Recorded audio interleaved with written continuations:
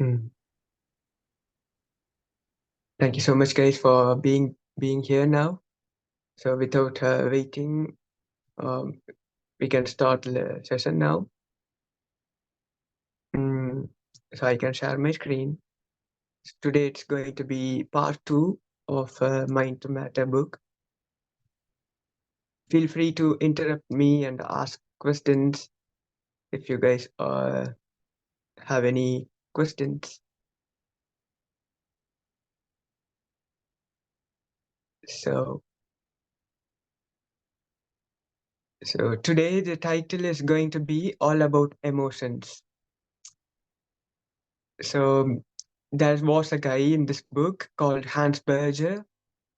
Um, so he used to work in the military, and when he was working on a day, what happened was he was riding on his horse, and all of a sudden this horse started like to jumping, doing naughty things, and this guy he fell down.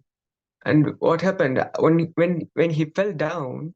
He had a big gun on his hand and it was about to fall over him. And quickly, the other soldiers, the other friends of him, they interrupted, they intervened, and they, pushed the gun away so that it is not going to fall on him, because it must have smashed him. It weighs a very huge amount of heavy weight. It is so greatly. These people they did a nice help to him, and he had a very big fear when it happened all of a sudden. So all of his emotions came out, and it never happened to his life. And today all of a sudden it went like this, and the emotion got really built up, and he was worrying. It took some time for him to come out of this traumatic event. And you know what happened in the evening? He received a telegram from his father telling that his sister, apparently, she got an intuition in the morning when the incident happened, the harsh thing happened. His sister, she had an intuition telling that something is bad happening to her brother. So you know how come it how it is normal? His emotions are not only is his emotion, it is also affecting the emotion of the close person, those wi- with whom we have nice bonding or relationship. From this we can understand. And after this incident, it uh, it created a curiosity in the mind of this person, Hans Berger. And then once he finished his military life, he started pursuing his career in psychiatric. There he developed an instrument called electroencephalogram, which measures the alpha and beta waves of our brain. So you guys, it's really impressive. Um, and yeah, so in our brain, we have plenty of neurons, which means these neurons are responsible for the way how we are, how we function.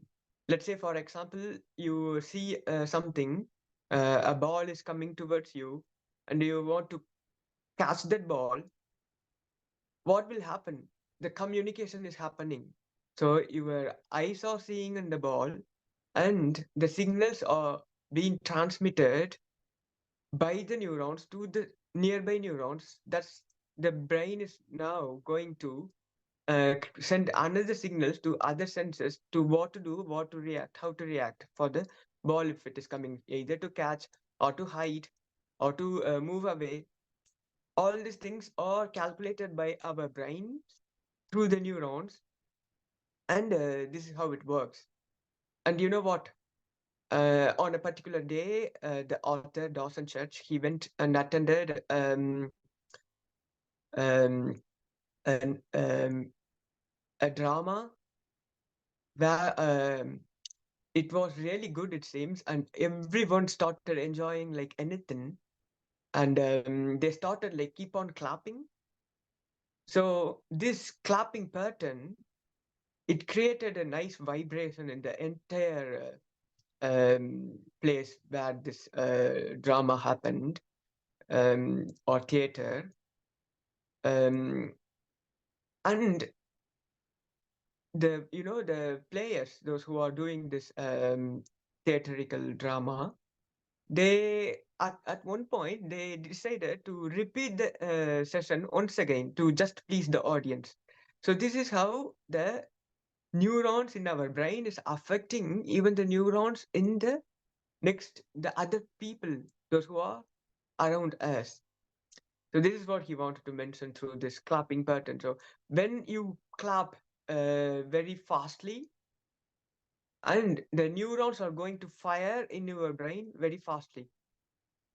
If the clapping pattern is very slow, which means the neurons are also firing in your brain very slowly.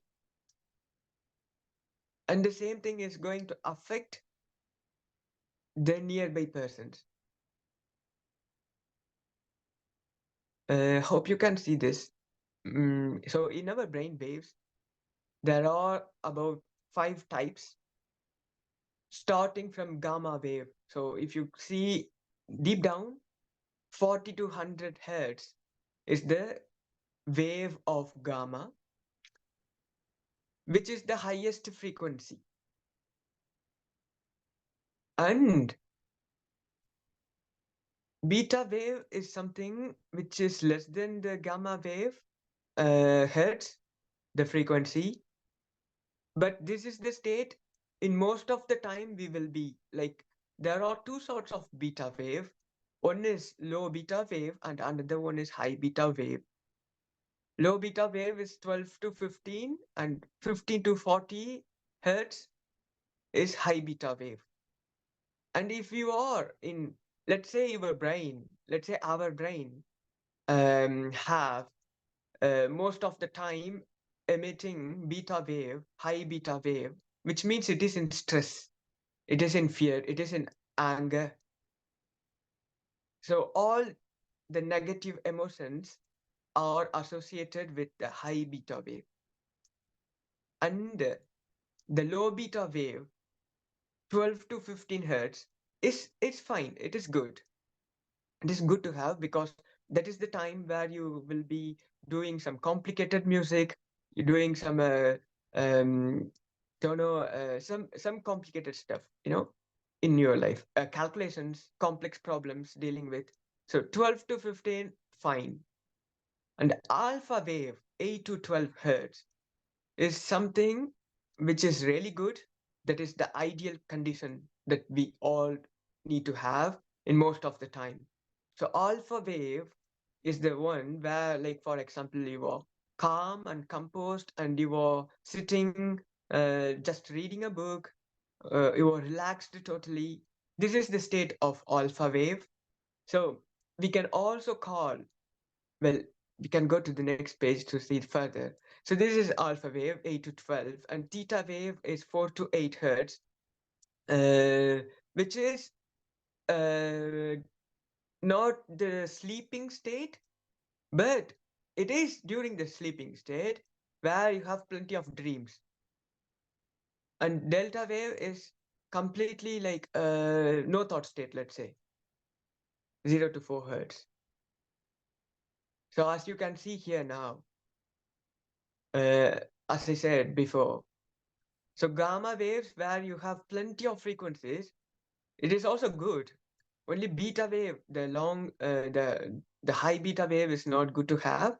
But the gamma wave, once when we go beyond 40 hertz, even though the frequency is very high, we are getting plenty of panorama.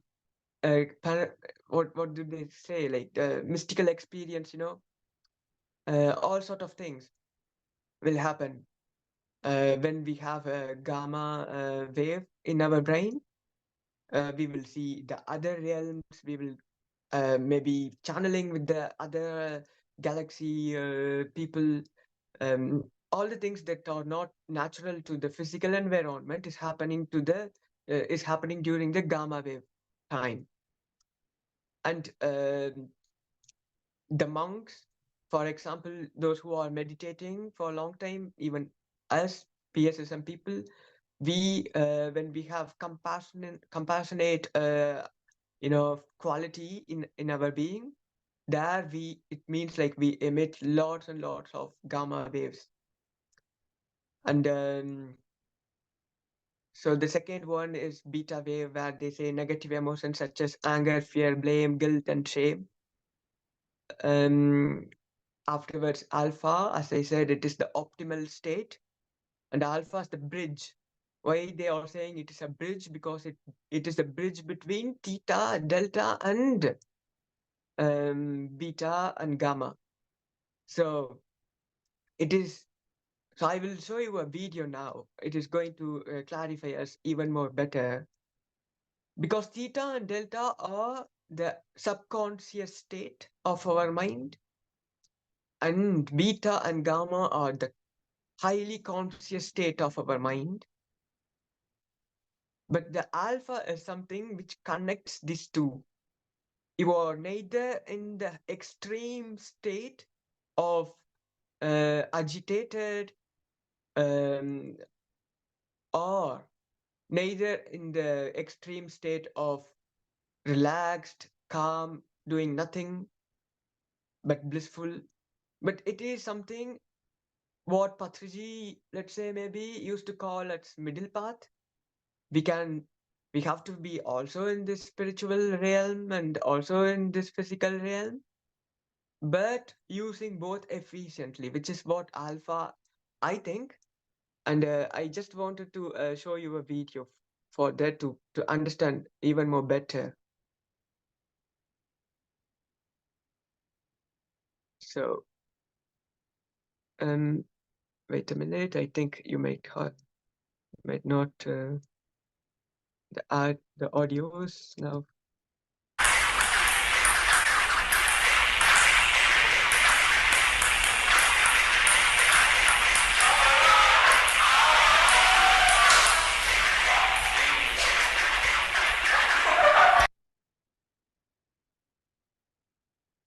So you guys know Bruce Lee, right? So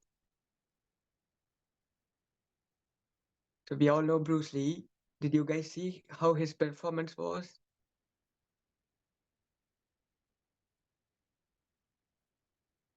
It is literally amazing, isn't it? Like his nunchak is performing way more better than the people those who are simply um what is that, ping pong bat. He's tackling them like anything. Two people are playing and he's tackling them. Um so yeah, so the thing is, he says in another video where he will be literally explaining about the alpha state. So I will again share my screen. Wait a minute.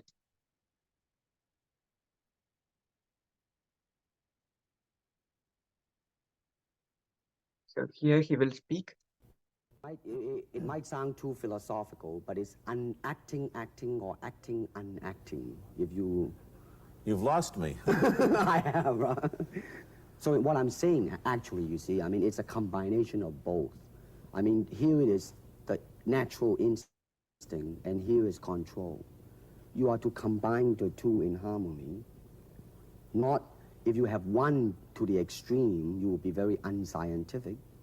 If you have another to the extreme, you become all of a sudden a mechanical man, no longer a human being. So it is a successful combination of both. So therefore, it is not only, so therefore it's not pure naturalness or unnaturalness. The ideal is unnatural naturalness or natural unnaturalness. Yin yang, eh? Right, man, that's it.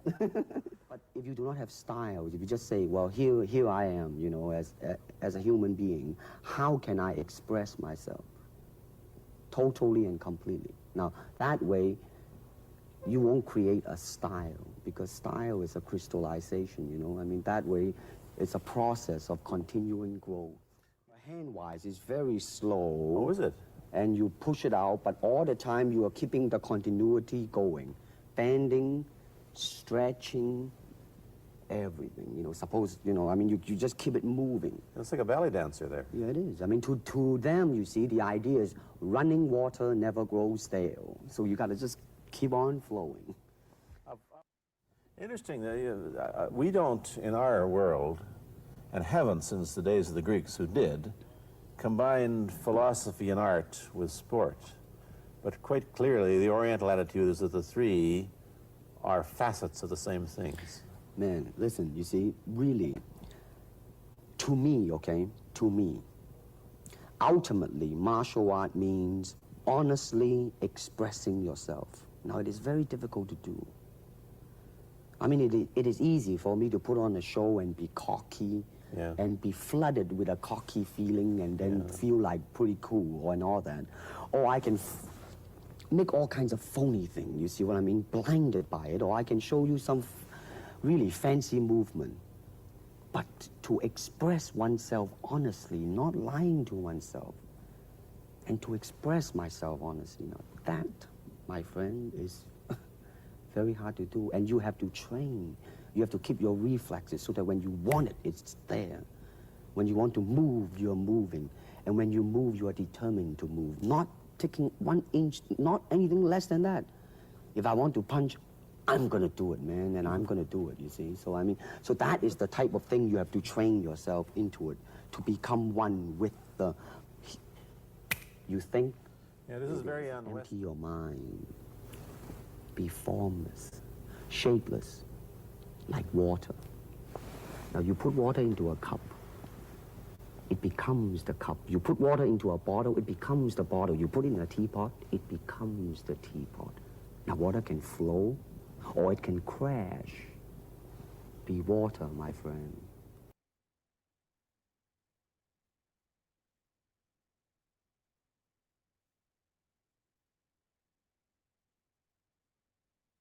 Yes, okay, so that is amazing, isn't it? We never knew about Bruce Lee this much, but he's not simply a martial art person, but he is, for me, he is was a complete being, expressing himself, expressing the truth. That's all we are looking for.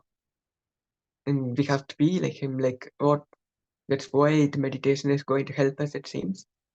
Connecting the subconscious and the conscious and being in the middle. Okay, I hope you might have enjoyed. Now I am going to come back to the book. Sorry, share my screen. Well,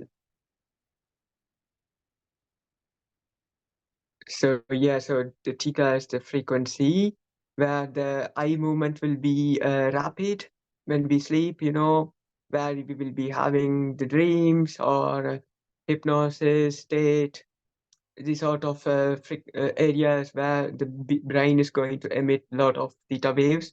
And then delta is where the deep sleep state, where you have maybe no thoughts. Yeah, so when they say like non-local mind, it is something different from our local mind, which is our self, the higher self, let's say. And this is when we are connected with our higher self, and our brain will be emitting delta wave. And the brains of meditators, intuitive, and healers have much more delta than normal people.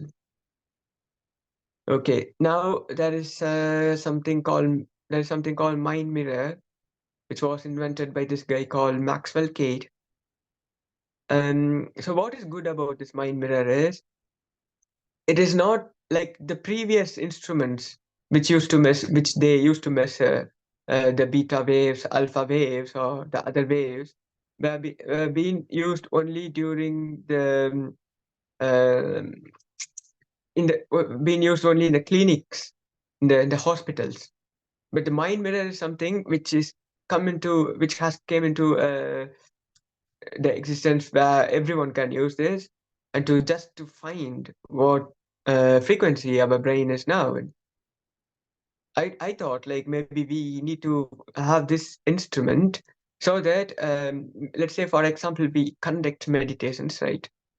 We can go and just say experiment with this, put the instrument on a person and then measuring his brain wave before meditation and after meditation, and then to observe what's the change, so that I think it would, give a nice impact even to us to understand more practically, to see what way the meditation is helping. So yeah. And this author came up with a nice technique called echo meditation. And I went to this echo meditation site and saw this meditation is almost similar to the guided meditation. But a nice thing in this meditation is where he approaches this technique once again, which is EFT. I think in our last class we saw this emotional freedom technique. If you guys didn't see, you can have a look into the previous video. So this technique consists of simply tapping the different points, the energy points in our body, so that the emotional blockages will be, removed from our emotional or physical body.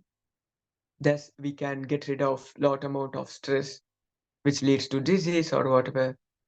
Mm, so yeah, if you guys want to try to see how this echo meditation is, you can simply go to the site called echomeditation.com, where there is a meditation for 22 minutes.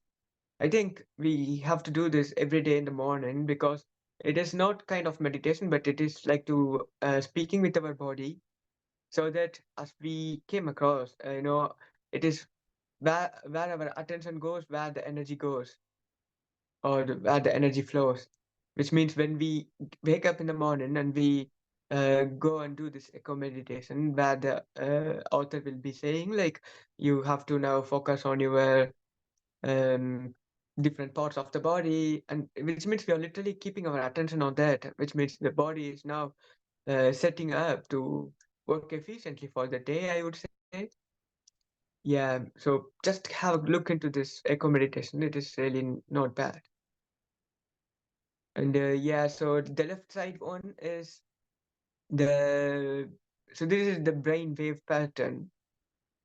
As you can see, I don't know how come you are seeing how efficiently you can see, because the things are very minute here. But the chart represents gamma, beta, and in the between it is alpha and theta and delta in the bottom. So as we know already, beta means the anger, inner jealousy part, stress factor, everything. And so the left side pattern, it shows lots and lots of beta waves, and little bit of theta, alpha, and delta and gamma, which shows it is an agitated mind or a person with anxiety. Whereas the right side one has plenty of alpha here and plenty of delta, and little bit of beta is also there, but it is the low wave beta. It is not the high wave beta. And gamma is also there. So here what they say is this is the brain of the awakened mind.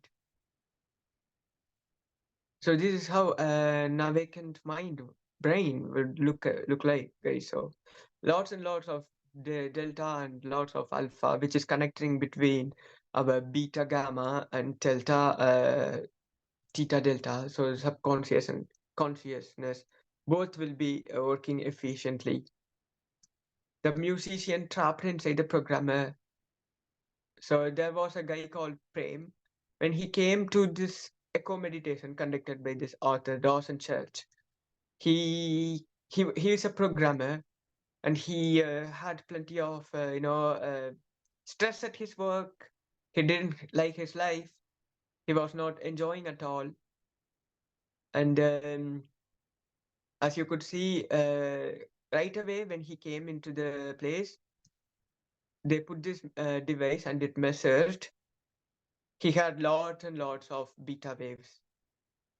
Whereas after doing his meditation, the stress level dropped down. And when the stress level are going to drop down, the cells are going to repair itself, and immunity and other beneficial functions are going to rise up. This is, how to say, this is scientific thing. This is proven thing, you know. And Prem practiced echo meditation throughout the workshop. And you know what happened at the end? He said he feels like he wants to play music. He he then started playing guitar, which he used to play during his childhood time, it seems. So yeah, so we have to invoke the real us. We have to not to get bonded with the society mind where everything is constantly agitated. Well, what is next? So when consciousness changes, brain wave changes. So as we know, it is not the brain wave which is responsible for our consciousness or the way we think or way we function. It is how the consciousness is, but the brain wave is. But if you alter physically your brain wave, you can also change your consciousness with the help of some instruments. But if you don't have any instruments, you use the meditation and you can change the brain waves. So yeah, so when we are in state of fear, our alpha bridge disappears, which means we have no connection between our subconscious state and the conscious state. So there is a cutting off with the universal whole is happening. Whereas when we are in the meditative state, the alpha bridge is there, and we have always this connection between the universal whole.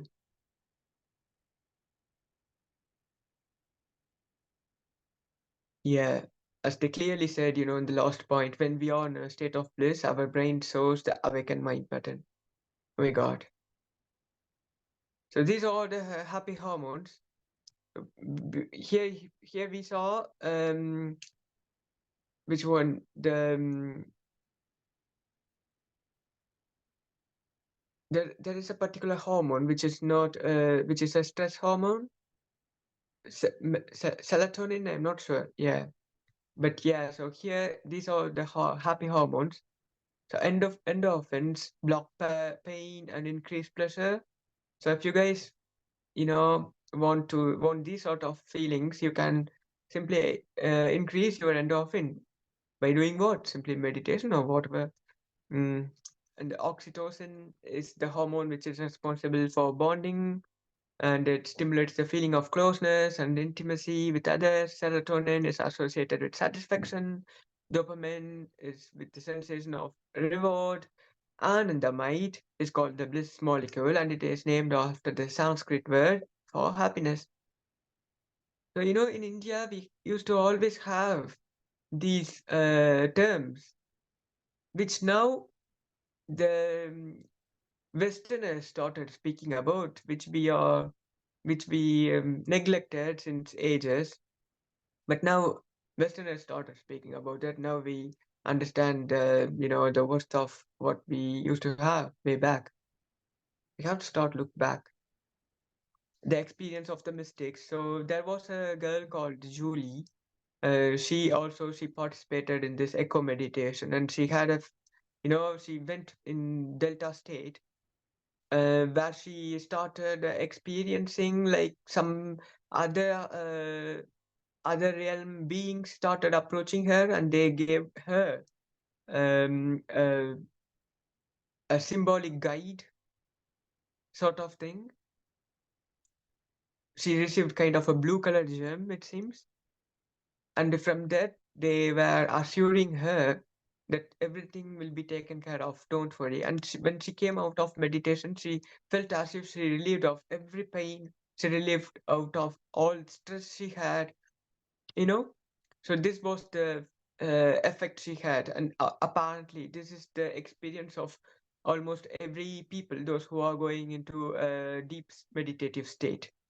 And as you could see, this person, the yogi Ramakrishna Paramahamsa, um, so he apparently he used to go to this sort of the blissfulness state for a long time and be with this non-local mind. And he came in this scientific book, whereas we don't know much about Ramakrishna. We have to start to read about him and the author's brief career as an artist. So you know what happened? This artist, he is an English, but they flew to America, and for him everything was new, the school and everything. One day, the teacher asked him to draw a cowboy. Not only him, but all the other students. He uh, he was managed to draw a cowboy, and it seems like the teacher appreciated him for his work. And when he came back to his house, he showed his drawing happily to his mom. His mom, what she did was she was laughing at his drawing instead of not appreciating him, and this feeling was there as a block in him for his whole life. And only at his 45th age, he started observing during his meditation. He had an intuition. Um, he was telling himself he is a bad artist, but he wanted to go out of his this limiting pattern.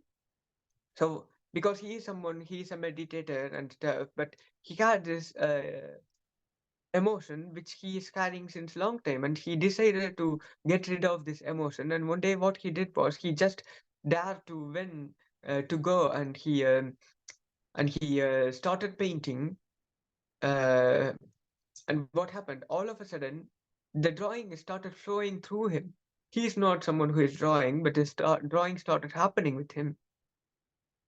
And yeah, so this is the image which he drew, after a long time of drawing. um so yeah, we can do whatever we can, everything is possible in this universe. And one day, after looking at his drawing, the mayor, it seems, of the council, he approached him to do a drawing.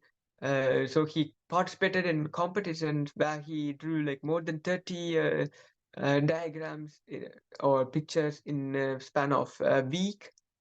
So he got plenty of appreciations. And when some people came to him, and they told him, how can you draw a face of a human? It is not easy. But for him, it was not a difficult task at all. Because if he would have heard this before, telling by someone that drawing a face of a human is not easy, he might have not drew as much efficient as how he would have drawn. So because our emotions is going to affect others' emotion as well. That's why we have to be always with positive thinkers, and those who are always in this nice vibration, let's say. So yes, guys, we are in the last part. As I know this, all things are repeated stuff, but yeah. So this is how the book is, and but only when we repeatedly see some things, we will have the thing in our brain, and not to forget immediately. So these are all some points where we can put into practice. So let's say practice echo meditation for at least 10 minutes each morning and evening, according to this author, not me, and foster positive emotional contagion by deliberately connecting with other people. So you can like experiment by saying positivity, by spreading positivity around you. That's the second point. And then spend at least 10 minutes with your spouse at the beginning and end of each workday to do nice things. Talk about the things your spouse wants to discuss and practice summarizing what they tell you. When you are in a store, look the people helping you in the eye. Most of the times we never look into the eye of anyone. Practice smiling at other people to foster positive emotional connections in your journal, not any petty annoyance that trigger you. Yes, guys. So thank you. Um, Hope you guys enjoyed today's session. If you guys want to share something,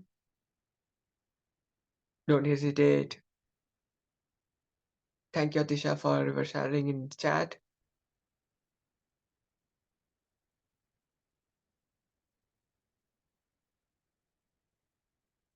Presentation.